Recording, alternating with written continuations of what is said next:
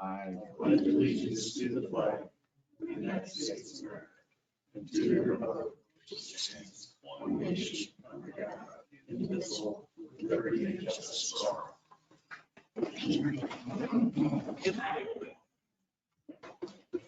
All right. To the agenda, there are no additions to the agenda. Is there a motion to approve? Motion. McNeil with the first and Poston with the second. Helm, Yes. Poston, Yes. McNeil, Yes. Hembry, Yes. Cummins. Yes. All right, then we'll move down to communications.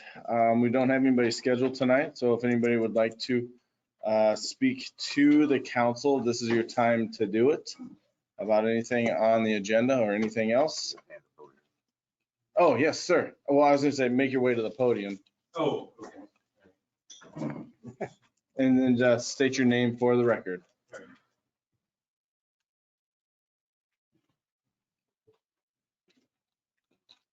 My name is Chris Gamma. I'm owner of Secret Place Tattoos. It just opened up over here a few months back. The reason I guess I'm here tonight is to see about just blocking off a portion of the street so we can do our grand opening this weekend. Would not invade on most of the businesses heading towards like the bank, the post office and stuff. It's just a small corner area. We will have refreshments, food, and then just a musician. I did get a petition from some of the tenants or people within the area that approved the ordeal. I do have a diagram here for you guys. Maybe it would. So it'd be North Lynn. Is that what Yeah, street is 501 called? Lynn Street. Yeah. Mhm. So where are you talking, like, what part do you want to block off? So just basically at the, so. Before the bank? Yeah, it would be like right at my alley, Yep, of my building to just to the end of the that. Fifth Street. Yep. Yeah, just Okay. a small Gotcha. square area. What are the hours? So there will be access through the alley and people will have access to come around to the post office. And Have you spoken to anyone such as Lisa yet? The police. I did go over and talk to Lisa Ketford. She's the one who informed me that I needed to try to do all this stuff, make a diagram, talk to tenants and stuff like that, and come to you guys, for this meeting to see if I can improve. Was she okay with Yeah, your she was okay diagram? with it. And what about like barricades? Do we have to, No, do you they, have something? I don't know how any of this stuff works, honestly, so. where's Steve? can get barricades from on. Okay, Okay, but we don't, Steve, we don't set them up, do we? No, that's so correct. can we just, does he have to go somewhere to pick them up, or can you set them outside of his business, or what works Typically, we best? drop them off. Okay, And they set them up and we come back and pick them up later. does that work then? Yeah, oh, yeah. They'll still be accessed though, back to the alleyway.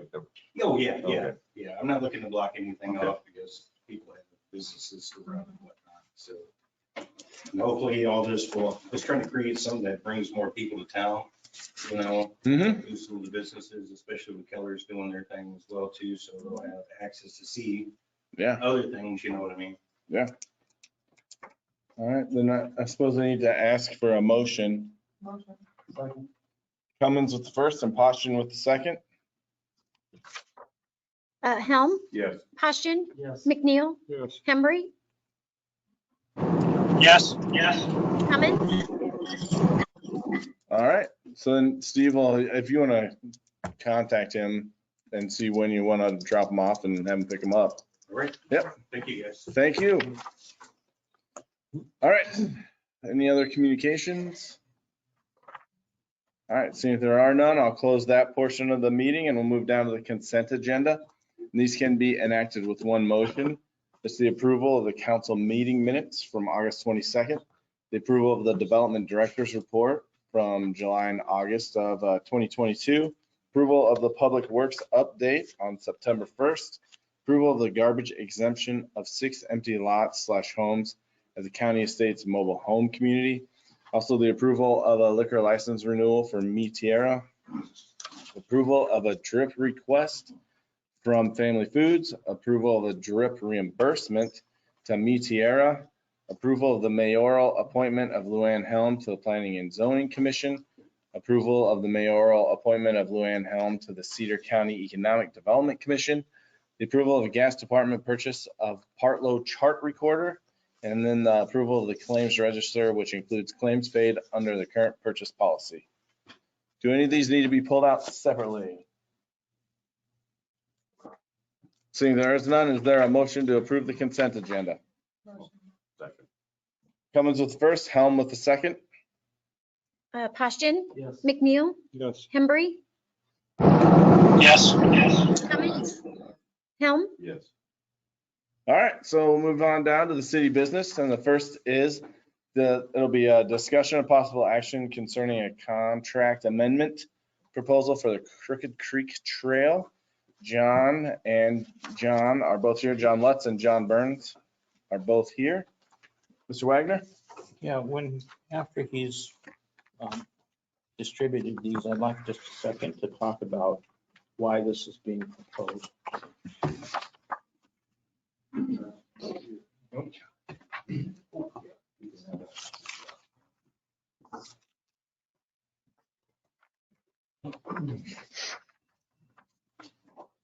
Well, as I've understood it, and I've mentioned it before, trail development has been on the city's agenda for some years now. It preceded my time here. It was brought up as a city goal early on when I was here. And the earliest trail that we started talking about was Crooked Creek. Now, because of the Highway 38 project, the Cecil Burley Trail, which is parallel to 38 and then heads off down West 7th, sort of jumped ahead of it. But this proposal is because if the town is serious about trail development, we have to take steps toward getting ready for some of the grant funds that are going to be available. You know, for example, there's the Destination Iowa Fund, which has $100 million in it. Well, the Field of Dreams, I think, has gotten at least 12 million. At one point, Cedar Rapids, before they reduced their grant application, was trying for around 25 million. I just saw in the Gazette earlier this week that Coralville wants to put in an application for development along the Iowa River for around 6 million. You can't apply for funds like this unless you have the necessary foundation of a grant application, and this is a way to start. Along with Destination Iowa, if we had a chance at another federal earmark, like we got the 2 million for Highway 38, you also have to have enough of a plan in place in order to apply that it makes sense to the people who judge these things. Wellmark. Now, Wellmark has a grant program, and we have the small grant awarded to us for the water feature on 4th and Cedar. They also have a large grant program that awards up to 100,000, and they've awarded it for trails. And those aren't all the programs that we might try for. Those are some of them. But those are the ones those first two are the ones that are coming up. And it's one of those things where you get the feeling that towns that don't need the funding as much as towns like ours are the ones who are going to get the funding unless we take some steps to qualify for the funding ourselves. That's why I wanted to get this in front of you. Now, I think one reaction might have been, I don't know if it is, but I wanted to anticipate. we put in an application for a REAP grant from the high school going through the park, through the football field area, and then onward up to the aquatic center parking lot. And I thought, well, maybe a response or a thought would be, well, we've done that much, let's do that and stop there. Well, in that case, we don't know if we're going to be awarded that. We won't know probably until October is when they decide, when they say the official decision comes out. And if we put it off for a lot longer, I'm afraid we're going to miss the boat for some of these grant programs, such as Destination Iowa, because that's not going to renew, as I understand it. It has an initial 100 million. Once that's gone, there hasn't been any talk of replenishing it because its source was federal. So to look at this beginning step for planning Crooked Creek beyond what we've done internally, I mean, we've worked out some trail routes that are possibilities, but we need to confirm that they're possibilities. And so with that, we have this proposal from Origin on how we might proceed. And so with that, I'm going to let John take it from here. Yeah, so what Brian says is true. This proposal is all about getting that viable route. Enough survey information to correct up property lines that are shown on GIS and city mapping or county mapping. And then look at the environmental preliminarily to have the least amount of mitigation requirements applied to the project. So the first handout is 8.5 by 11 showing master trail plan, and Brian talked about where it starts and ends, but I think you've seen it before. Starts at the Aquatic Center, Cecil Burley Trail, going south all the way, or going west all the way to 38, then south Alexander Street on the south end of town. And then you have this southern area, which is the getting over to the Crooked Creek recreational trail area there in green. In order to get there, there's a couple properties to get across to access that. Then the other routes go up to South Street and then back up Lemon, and then on the west side of this elementary school to get you back up to the county fairgrounds area. That is a great loop and route that is something that's near complete for a city that is a good goal to strive for. So the next exhibit is the 11 by 17 one on the Crooked Creek area. And that shows the initial concept and how we could make routes fit through there. They go to from Highway 38 through the Crooked Creek area and also the wetland area that's part of the sanitary sewer treatment, over up to South Street and Lemon Street area. Like Brian said, this is the key step in there. You have to acquire your routes. You have to get easements through this, and you have to get through some permitting. So unless you really get going with this, it's more like a wish. Then once you get your route nailed down with easements, hey, you got the pickaxe in the ground. You're making headway. You got a route.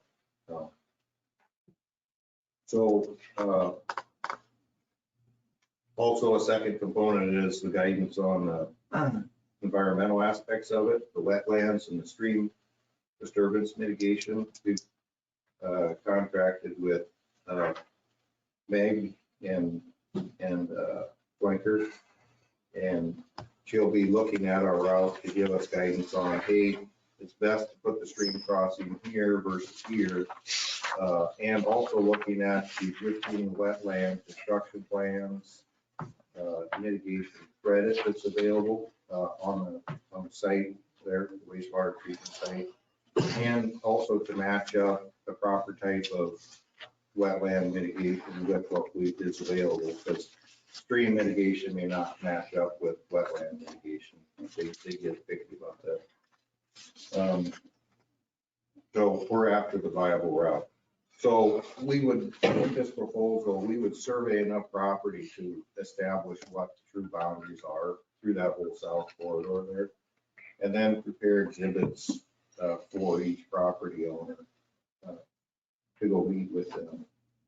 There's a conservative publishing, that's between Cedar and Spruce. There's Weinkauf property between Spruce and Crooked Creek. Then there's around the actual treatment area itself. The east boundary of the treatment facility, the right of the actual property line isn't known for sure at this time. We don't know if there's room on the east side of the wetland to stay on city property to get through there with the trail, as to whether we need some easement from Weinkauf to get by there.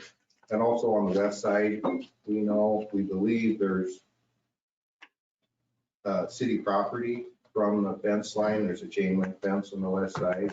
We believe there's, I don't know, 10, 15, 20 feet on the west side of the fence. Nobody really knows for sure how much. So those are the sort of things that we need to know before we can go talk to property owners. And then through the Fraser property, that drive that comes down there to the sanitary facility, there's an easement for that. We would need to lay out a true 60-foot wide easement that would be kind of a future corridor for a road possibly. And then how we might cross from there to get up to city property and up to South Street to that property. Part of this layout here, also I want to mention is we're not doing cost estimates at this time. We're establishing the route for the trails. We may not need to, and I wouldn't recommend to actually hard surface all of this trail area. The trail area that's in yellow, red, and cyan, that's kind of a light blue, that goes around the wastewater area, that could be like a granular trail. I don't know if you've experienced walking on a granular trail. A little less expensive. I mean, you take a dog on it, the dog probably appreciates that a little better than a pavement. Probably is not as, the construction plans may not need to be as detailed for that, so maybe some lesser cost for construction plans. But we would want to have a hard surface that gets us on a through route through there. So if you were riding a bike, you would never have to go on gravel. You'd actually go through the route, get back up to Lemon. Prepare exhibits and meet with property owners, and I can participate as needed, even with property owners. Some of our staff members know the owners well and can take care of some of that, but I'm available as needed. Show the alignment, temporary and permanent easements, assist however needed, and environmental wise, we look at the proposed routes and make Franklin would advise us if we should change some of that to have less disruption. And then finally, after we meet with property owners, we can update the exhibits and get this exhibit back to the city showing the route. And then we're at another milestone at that point. Once we've accomplished that, we're ready to legitimately submit for an application that we do have a viable route. So that is the proposal in front of you tonight.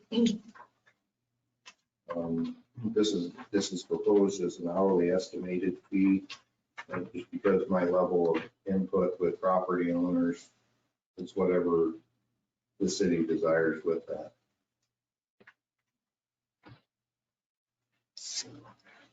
The total amount is estimated at $23,000 for that. Now, the focus of this, I mean, we mentioned the whole master trail plan, but the focus of this is Crooked Creek. Is it? Yes, correct. It's not giving up on the Lemon Street. It's not out of high school area. This is focused on the south end on the property owner connection. And the city property itself on the west and east side.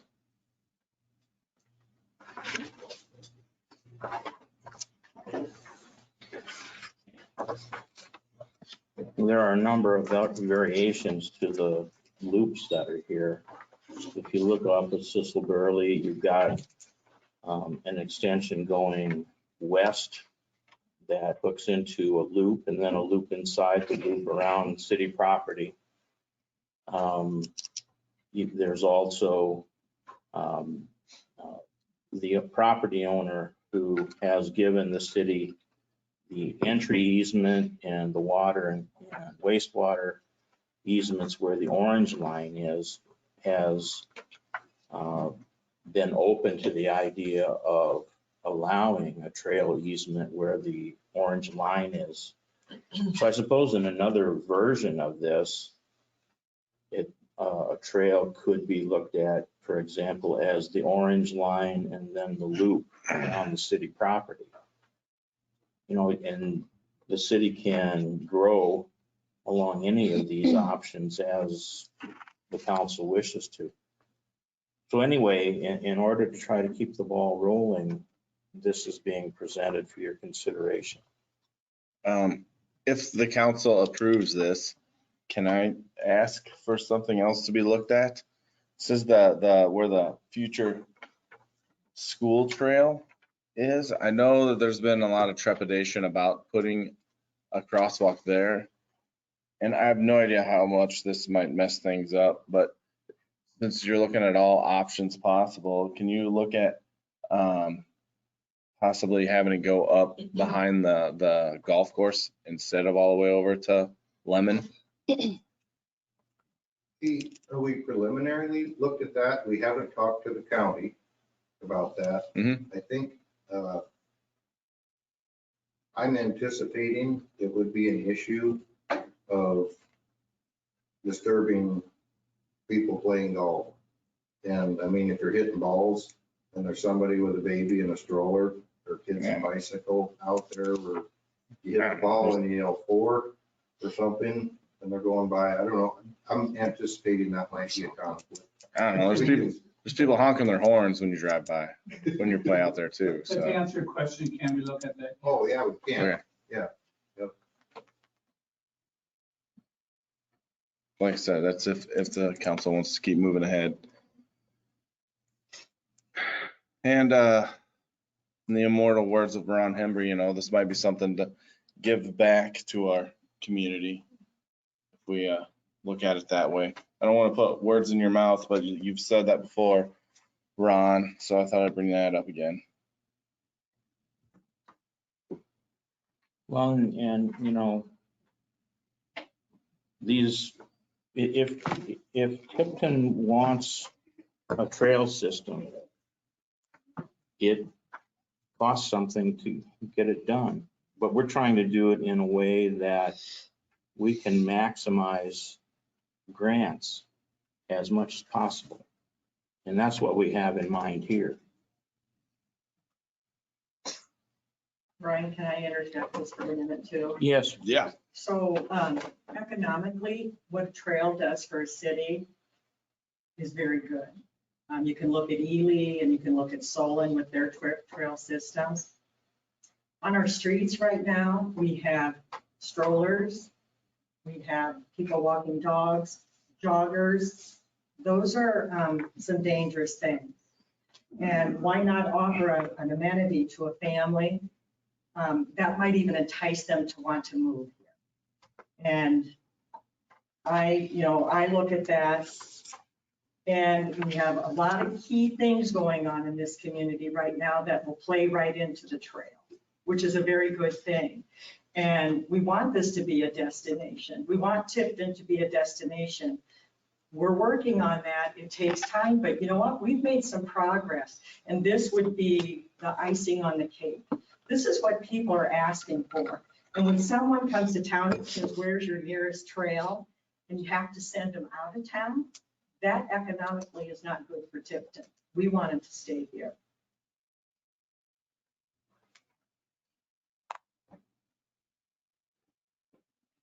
Any other questions for?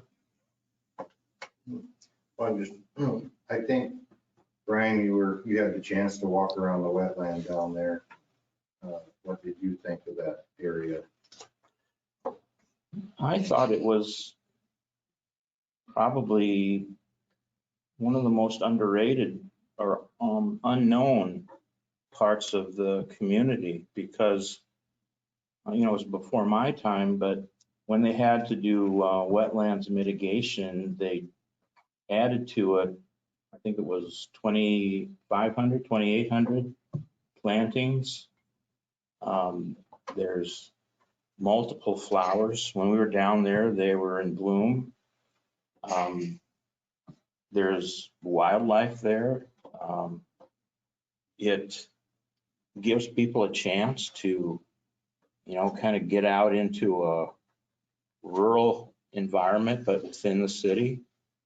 And I think it has a lot of potential. I mean, I don't think it would, if there was a granular trail around this loop and pavement connecting to it, I don't think it would stop there. I think it would be developed and redeveloped and improved over time. People would probably want to add signage, and future councils might want to add some sort of exhibits along the way that people could stop and look at. I think there are a lot of possibilities. And as Linda said, when you look at the connectivity of these trails with Cecil Burley, it connects the aquatic center, the entire facilities of the city park, the football and track fields, what the school is going to construct there for new concession stand and restrooms. The high school, it goes downtown. It has people walking and riding in the downtown area. It would go past the new water feature at Cedar and Fourth. It would give people who are at Prairie Hills, and Linda was just mentioning today that in the area that's just been graded and built up as a prelude to the larger construction project, she's seen people walking on that and using it as a trail. So it just seems like a trail would tie together a number of things. And it would be a big, as she said, a destination plus for the city. And sorry, this is concentrated on that Crooked Creek. Won't be any development there. Like, this is the only thing suitable for that. Right, If I'm- right. That makes sense. It's floodplain. The only part of it that really isn't in the floodplain is to the west side of the orange line. And then you get outside of the city limits where the red line is. So, yeah, it's, for the most part, its closeness to the creek or waterways make it undevelopable for other things. And I guess the other thing we were talking about, the routes here aren't necessarily the final routes. Where the pink line is, we were talking ahead of the meeting that might be changed to better follow the route of the creek. And that might reduce the number of creek crossings from 2 to 1. So that's the kind of thing that we really need to think about and plan about. The other part of it is when you apply for these grants, they want citizen involvement.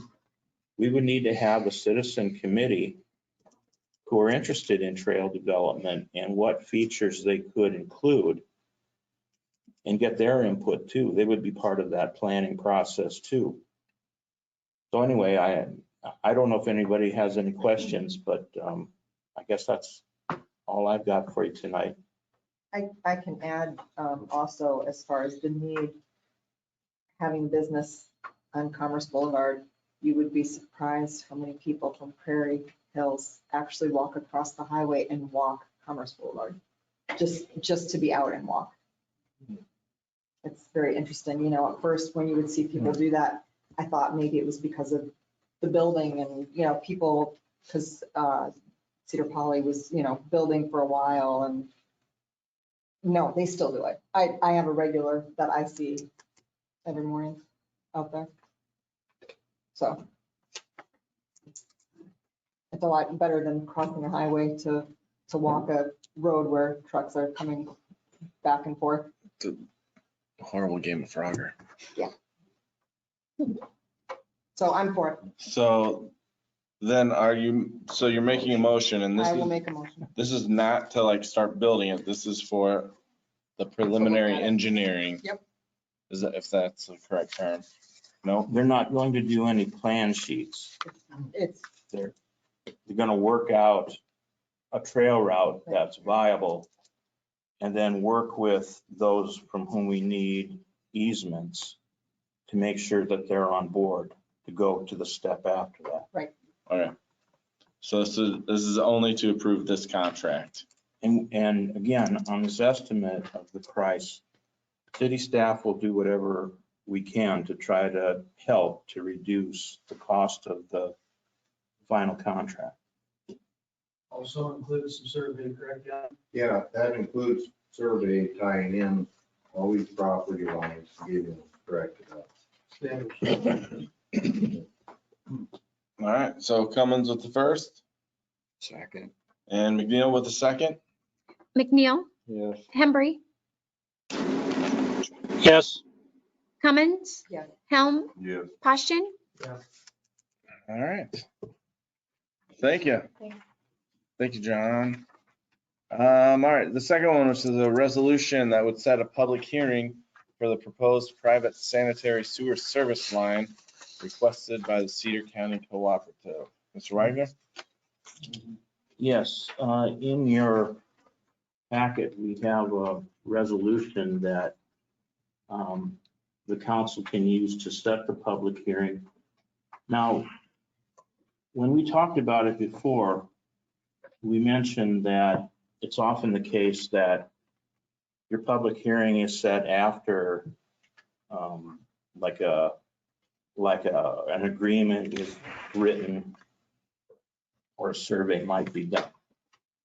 But one of the risks to that is that if the company or person interested in the easement goes to the expense of having all that written up and all that surveyed, and the council chooses not to make that a possibility, not to go forward, then they're out a considerable amount of money. So in working with Doug Herman, and the advice he gave me, this public notice provides enough information so that the general public knows what's being proposed, knows what would happen if the council decides to proceed and move forward after the public hearing.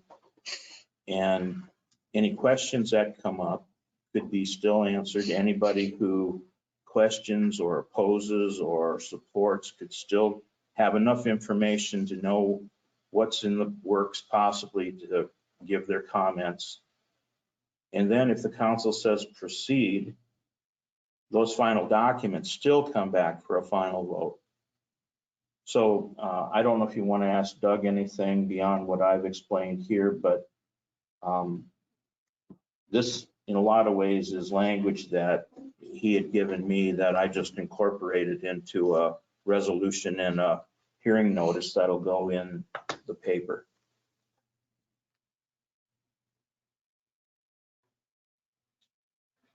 So a past motion on this is just for the hearing. Yeah, it doesn't authorize, it just makes a hearing so you can take comments on what's being proposed.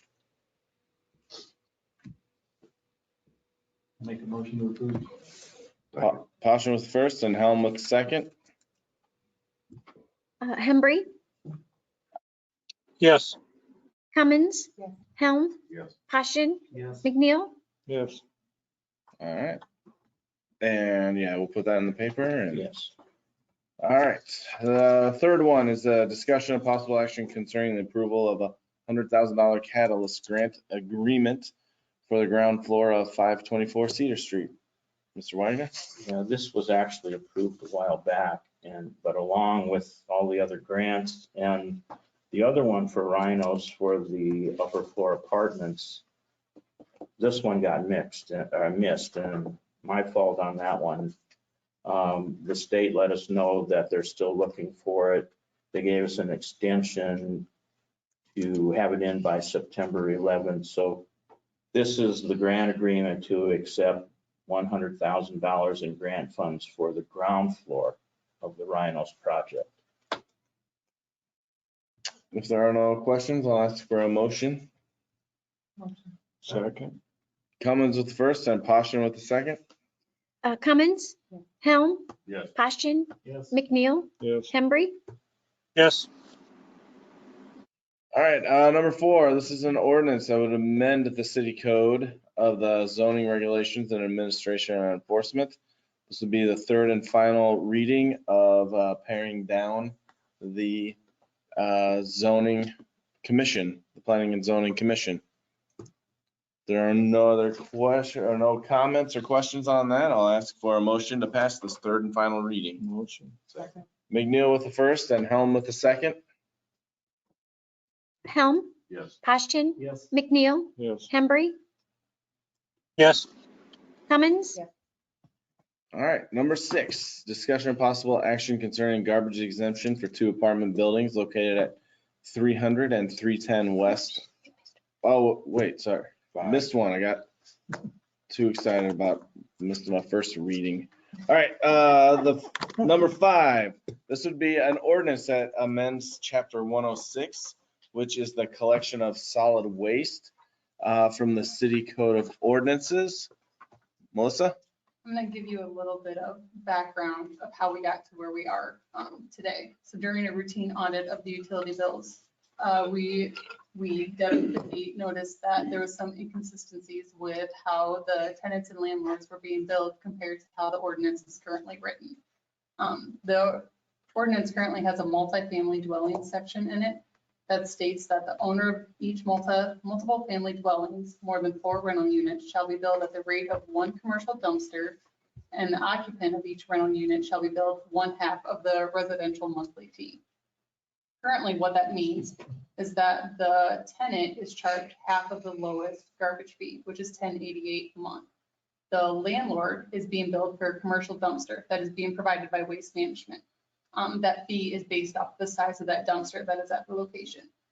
So the ordinance affects 6 different landlords currently. It has some flaws in it. We've recognized that. Some of the flaws include Deb and Cindy having to know when a tenant comes in to put utilities in their name, having to know if they fall under that multiple family dwelling area. If a tenant moves out, having to know when to transfer landlords back in. There's a lot of complexity in how it's currently written. In addition, it just doesn't seem to be the most efficient or fairest way for this type of multiple family dwelling.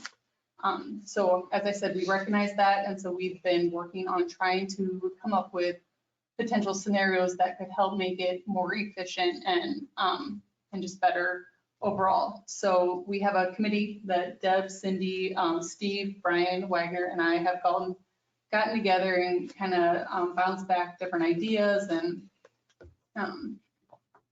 came up with what we have now, which is being presented to you. And that is the new ordinance proposes that the tenant would be billed the lowest garbage rate. So that is currently $21.75 per month. The landlord would not be billed anything, although they would still have a commercial dumpster at their site. We would continue to charge the tenants. What that does is that covers the cost of having that dumpster at the site. It eliminates the landlord being billed, and it still generates a bit of revenue into the garbage fund. But with that scenario, there still is a deficit of $232.44 using that multiple family dwelling scenario. That can be made up in different other aspects of the garbage fund, but that overall annually, there's a $232 deficit. A different scenario that we bounced around when we were kind of working through this would be if we just charged the landlord the waste management fee, we didn't charge the tenant anything. Deb and Cindy ran those numbers. That alone would leave us at an annual deficit of almost $10,000. So that, I mean, that's huge. That would probably have to, we'd have to look at raising rates for the people who use the garbage fee to offset that deficit. So that's how we got to where we are. It seemed to be the most, the fairest way, better efficiency. In addition, we also added in there that landlords, when they have a tenant move out, there needs to be a 6-month period where that unit is vacant before they can request a garbage exemption. One of the things issues that we were running into was a tenant would move out, a landlord would request a garbage exemption. By the time it got to council, got approved, got put on to the bill, there was another tenant moving in. So there was a billing cycle issue there. So this 6 months would give it some time to have a vacancy and show that there is an exemption needed. So further questions about where it's at, where it was, anything else that I can help answer?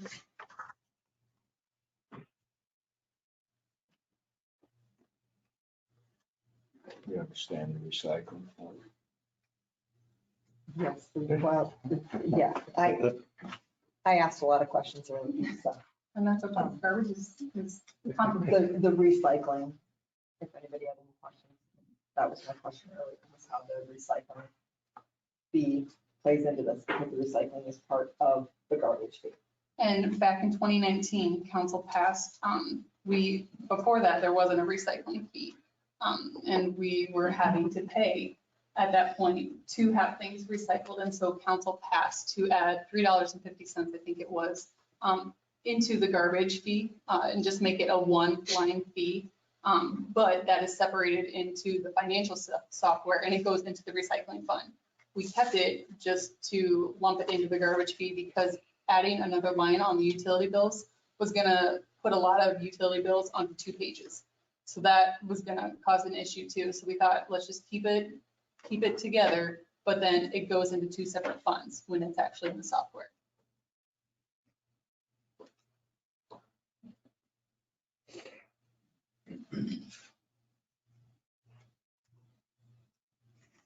Any other questions?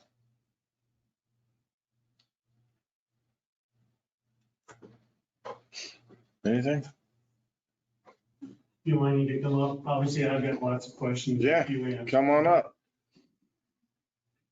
I'm Kevin Cochran. I've been working on this project since 2019 with Melissa and Cindy and Jeff. You just said for some reason that, and maybe there's multiple scenarios in this city about garbage pickups and maybe there it is, and I'm sure, I'm not aware of that.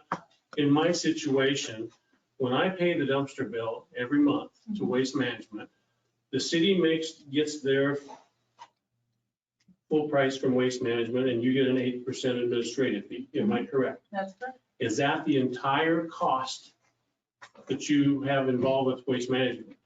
The administrative costs? Yes. We get charged the bill. I mean, I We pay assess it you, back to but you. that should cover all your costs for my units for the month. Am I right? For the waste management fee. Correct. Yep. Do you have any other garbage collection costs in my units whatsoever? Not that I'm No. aware of. Well, my question is, then where do you come up with a $220,000 deficit? You know, my numbers I ran are close. Not 220,000. I'm sorry, $9,998, about a $10,000 deficit. for the year. So Yeah. obviously that's not coming from my scenario. If your scenario is included in there. If we would not charge your tenants and would just charge you for the waste management dumpster, yes, your scenario is included in it. That's how we calculated it. Well, according to my numbers, when I came up with it's a very, very profitable venture for you to charge the tenants because I pay the entire cost of garbage disposal, we just agreed on that. Right. And you charge our tenants an additional $75 a month to drive by and wave? I don't know what they Charge get, the tenants $10.80. 88 cents a month. Correct. And what do they get for that? They get a garbage service. No, they don't. They do. They put their garbage in my dumpster that I pay. They also have, Tipton. they have the recycling too. Yeah. That is included in that fee. We've never done recycling. I don't know if there's a way to do that. I've never. No, it's all included. And I've never gotten any, I think there's been one container dropped off in the last 20 years for recycling. So I guess we've never pushed that. I've never been asked about it. And I'm sure So, Steve would drop off more My if you question then asked. is, like I said in my numbers, since we started talking this 3 years ago, I have paid $4,800 to the city of Tipton to dump the dumpster, which is the full amount I've been billed. And our tenants have paid, you have billed our tenants an additional $4,000 for, I don't know. You have been billed according to the ordinance that is currently passed. That ordinance was passed prior to this council, prior to us being there. So And I- we're applying the ordinance as it's read. I did discover Same that. to everyone else on this list. Is that, I didn't know, but since when is garbage such a lucrative business for tenants? Garbage isn't lucrative. But in our case, the way I look at the numbers, I don't know that your numbers are 100%. they may not be 100%, but they're close. They're close. Like I said, we've been working on this for 3 years. I think you've heard us say that we agree that this ordinance maybe isn't written the Correct, best. correct. And we've agreed with that. Yeah. That's why we've been working on correcting it. It's And that's just- where we're at now. It's just, but then we've spent another $4,000 as we're waiting for this to happen. That's Well, but my the thing is, concern. You've been billed according to the ordinance. It's not being billed outside of it. You're not being billed incorrectly. You're being billed as it's read, as it's written. And I'll be honest, I discovered that recently. It's like, I never understand. I guess I never realized that they were I'll call it double billing. We pay the entire amount for garbage collection that the city expenses each year or each month. And then they go back and bill our tenants almost that much again, depending on how many tenants we get. So here we are today with I think, a better version of the ordinance, probably a more efficient, fairer version, and that's why we're here talking. How does that affect, I've read through that and it says, okay, so the tenants are going to be charged double. So, and I'm going to have a dumpster, that I guess now the city is willing to pick up and pay that charge. I didn't see that listed in there. I didn't see there was a bill, but I didn't see that it was listed that the dumpster would be taking care of that, no additional charge, You will not be charged. like it's been now. The landlord will not be charged. Now, this has been changed in some areas of the city back 4, 5, 6 months ago for some people. Because they were being billed incorrectly. They were not being billed according to the ordinance, like your situation. So it's taken us 3 years to get this.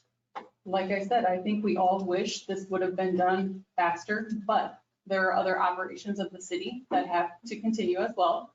This Yeah. was brought to the table We're when all there was busy. time to We're bring all it to the busy. table. You're Yeah. still being billed according to this ordinance, so you weren't being billed incorrectly. You weren't being overbilled. You were billed according to this ordinance. So as we had time, we brought this back, all of us together, bounced ideas off. We had multiple ideas. There were multiple versions of this. I'm sure. We I'm got to sure. the point where we felt this was the best version, which is where we are now. So after waiting 3 years, I put the request in to ask for exemption on those 2 buildings, which basically does the same thing, except it just puts it on. I pay the amount for the dumpster as I've done for the last many years, and the tenants would not have anything. You are Okay. not being billed according to this new version. The Correct, landlord would correct. not, the tenants. But for me, as tenants move in and out, and like you said, you've been 1 to 8, 6 months on that. Yes. It works better for me to just say, hey, let me exempt, let me pay when the dumpster gets dumped, send me the bill, I'll pay for it. I'm not trying to get the city you guys aren't providing free garbage, and I don't expect that. But that would be one way to do it and maybe simplify it for other people too. That would work the best for me. That way I always know, and obviously when the dumpster fees go up, my fees will go up. But if I need to have it dumped twice a month, whatever, or twice a week, excuse me, that automatically would be an increase from the city of Tipton rather than trying to finagle everything else. That would be a council question if they want to do something different from what's been presented. Just trying to keep it easy, and it just seems, like I said, the numbers I see, the city of Tipton standpoint for what they've provided, myself and our tenants, they've done very well. You know, they've made almost 100% profit on, or 50% margin on their garbage fees. Like I said, I understand the city's in business to make a profit and buy garbage trucks and all that stuff. It's just in this situation, it seems way, way, way out of line for what it should be. So All right, that's my opinion, and I'm sticking to it. How's that? sounds good. Thank you. I would like you to entertain the idea of just exempting those two buildings and future tenants. I'm happy to pick up the total cost of the dumpster if that makes it easy for everybody. We don't have to worry about a tenant coming in and saying, well, yeah, you charge them garbage, do we not? Nope, he's down there. It's all in the dumpsters taken care of. So as the dumpster fees go up, the garbage and trash fees go up, we all know that's gonna happen. It makes it easy to track. So All right, thank you for your time. thank you. All right, so we're on number 5, right? Which is the ordinance that would amend the collection of solid waste. If you have any other questions for Melissa or the utility clerks, they are here too. If not, I would entertain a motion to pass this first reading.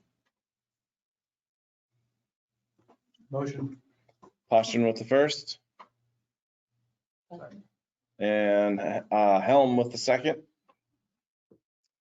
Poston, Yes. McNeil, Yes. Hembry, Yes. Cummins, Helm, All right, so that's the first reading. There'll be 2 more. And now we're down to number 6, which is discussion and possible action concerning garbage exemption for 2 apartment buildings at 300 and 310 West 4th Street. I'm assuming these all fit within the regulations. He would be requesting an exemption that would not fall. Oh, okay, No, he's currently being built according to the ordinance. all right. Then, is there any questions for Melissa or Brian or Steve or the utility clerks? Is that something the council can think about, or is that just a done deal? Just like you said, I know, I guess it's done that way for several years. This, I think my complaint is it's taken a long time to get from point A to point B. this would be a table, which would be to think about it, deny or approve. Those are the 3 options for the motion that it would be. We can table it. I'll make that motion. All right, McNeil made the first to table it. Second. Helm with the second. McNeil, Yes. Hembry, Yes. Cummins, Helm, Yes. Poston, No. Could I ask you a question? Yes, sir. In your write-up, you said I'm requesting a refund of $4,037, of which the city overcharged our tenants to help compensate us for garbage fees we paid out of pocket. You're not requesting it for you, you're requesting it for past and present tenants? No, it would come back to me because I guess generally I would think it'd be acceptable that those that produce the garbage would pay to get that. I think that would be a standard procedure. I think most people would agree with that. So yeah, and there's not an easy way to track down tenants otherwise. So I obviously have made a payment to the city every month for the entire cost of trash removal for those properties. And the tenants have paid the additional money. Like I said, that amount I requested, $4,000 some, based on what my figures were, and they may not be to the penny. I'm not going to question that. I have requested a refund since we started on this project 3 years ago to help compensate me for the costs that I have paid the city of Tipton for their disposal costs for waste management. But That's where that figure came from. So it would come back to me because I paid money to dispose of the tenant's trash. So this statement, just as it's written, isn't necessarily the most accurate way of saying it? I'm sorry, I'm not a lawyer. I wish I was. Well, you're saying it's on behalf of the tenants, and it gave me the impression that you were gonna, if you got the 4,000, you were gonna find a way to reimburse the tenants. No, obviously, I do not produce very, very little trash down there myself. So obviously I simply went on the, to me, common sense, those who produce the trash should pay for it, be rid of it, and they're paying for it. And so have I. That's been my feelings on the entire thing. I pay the entire cost for the dumpster to get rid of stuff, and then the tenants pay the city of Tipton almost the same amount, not quite, almost the same amount for, I don't know where that money goes to. Certainly not a deficit. All right, so this will be brought back at the next council meeting. Down to number 7, this is a resolution that would accept the completion of the North Avenue Water Main Improvements Project, and it would approve pay application number 5, which is the release of retainage according to the contract documents. Yes, Mr. Wagner? yes. And there isn't any payment yet, but the way the contract documents state, 31 days after tonight, if this is accepted, they would then present officially their pay application 5 for the $24,658.23, and the city would then pay it. Phoebe, do you want to say anything about the water main project, or Steve, as far as? The only thing I would say is that we've got a plan in place for the seeds, and that would be one concern that probably is not related to this pay app. And then the only other thing that I would maybe bring up is the fact that the coatings are coming off of the fire hydrants. So there was a coating problem of some kind. I think that would be covered under warranty. And the final payment would be okay, but it still has to be covered under warranty. So they're supposed to be looking into that for us. Okay. That'd be my only concern, Steve. I don't know if you have any others. No, that's it. And everything went all right. I know I know in-house you guys replaced some water main as well, correct? We did. Yeah. That's the best of all. All right. Any questions or anything? Is there a motion? Motion. McNeil with the first and Posturing with the second. Hembry, Yes. Cummins, Helm, Yes. Posturing, Yes. McNeil. Yes. All right, down to number 8, which is discussion and possible action concerning the possible upgrades on storm intakes and some sanitary manholes on North Avenue. Steve? Just, I think everybody got the update email. The issue with the storm intakes, we knew up front they were terrible. I don't know if any good one there to look at them.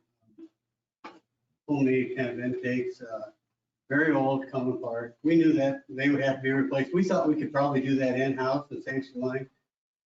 This project has strung out so long now that we think we don't want to go in there next summer and tear it up again to do those. We won't have time to do it this fall, but it would be the next year project. I'm not real anxious to go up on that street next summer and tear things up. So we talked to the engineers today and to get a price on what would it cost to just do those with this project. And came back with, there's 4 storm intakes.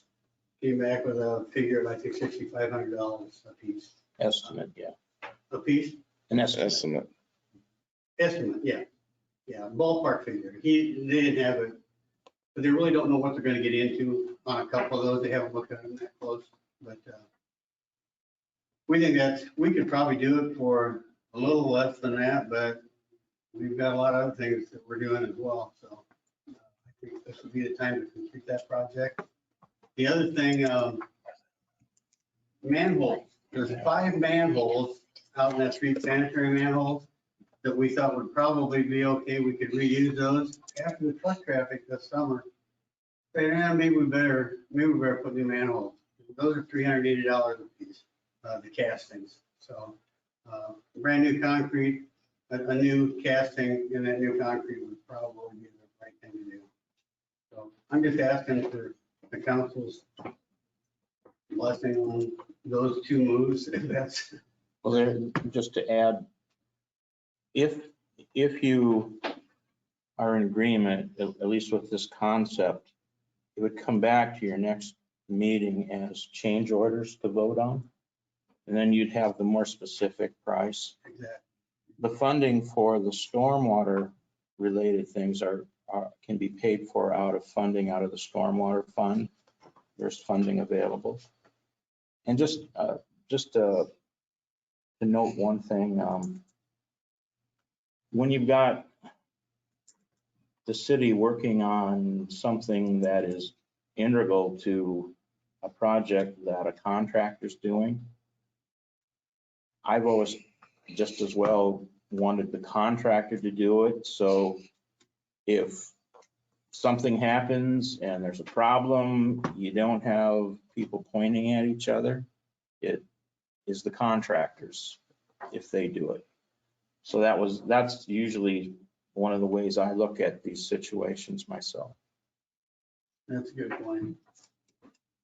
All right, so just to reiterate, motion to approve this is not approving the work.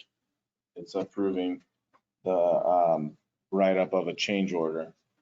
For these two things. Yes. For both sanitary manhole castings and new storm intakes. There's four storm intakes, I think. I'll make a motion to approve. Second. Poppin with the first and McNeil with the second. Cummins? Yes. Helm? Yes. Bastian? Yes. McNeil? Yes. Henry? He's not there. Thank you. Oh, yeah, he left, didn't he? Yep. All right, and number 9, this is discussion and possible action concerning the intersection at East 10th and North Avenue. I'm sure y'all got that right up as well, and could look at that. Something I didn't know going into this 4 years ago.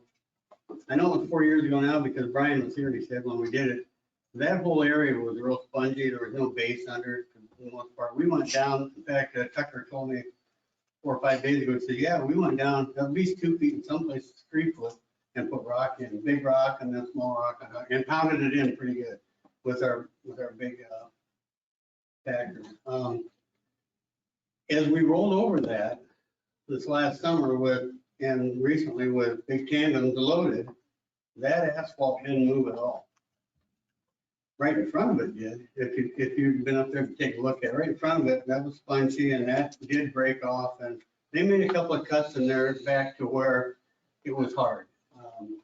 That's where we initially intended to bring the street to that point. I didn't think we needed to go any further because of the condition of that. We have since, after Brian approached us a little bit and wondered, could we go further and make a complete project all the way out to 10th? Yeah, we could. Talking to Rick, the inspector, and he's an old contractor, he's done all his life, done streets. So well, we'd have to go out to the manhole probably and tie it into that concrete out there. And if we did that, then it would really be better to do that whole intersection at one shot. Now, we didn't get a price for that, but that would be a better way to get the water to flow and a better ride if we did that all at once. So, okay, I just wanted to present that to the council.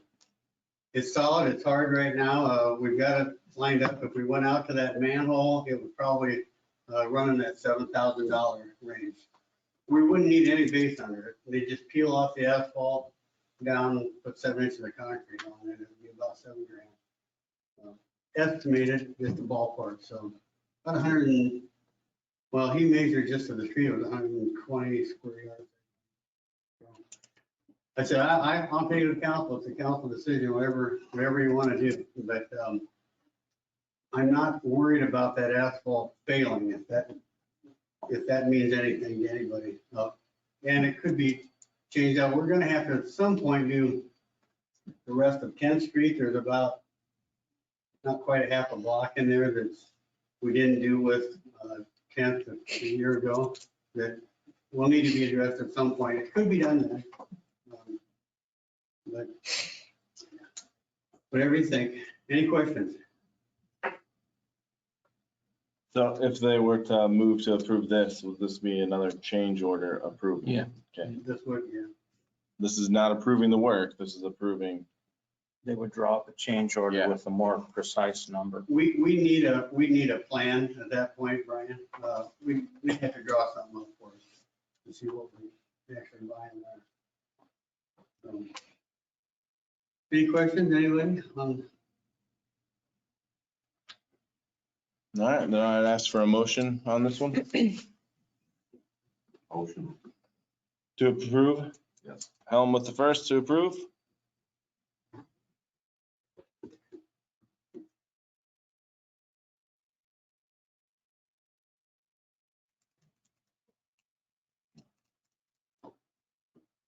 All right. If there's not a second, then I'll let that one die. Is there a motion any other way? Motion, To leave it asphalt until we go to replace tent, that section of tent, half block. All right, then there's a motion to deny this.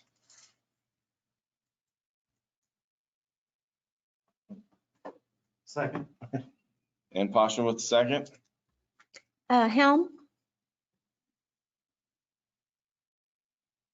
No. Poston, Yes. McNeil, Yes. Hembry, He's not here. Cummins. Yes. All right, then this would take us down to a closed session. And I need a motion to go into the closed session. Sorry, who was that, McNeil? Yeah. McNeil with the first to go into the closed session? And who seconded? Nobody with the second, Poston. Poston, Yes. McNeil, Hembry. Nope, he's not here. That's right, Cummins. No. No. No, she said yes. No, I'm saying yes. I'm saying no. Hembry. Jeez Louise. This conference will now be recorded.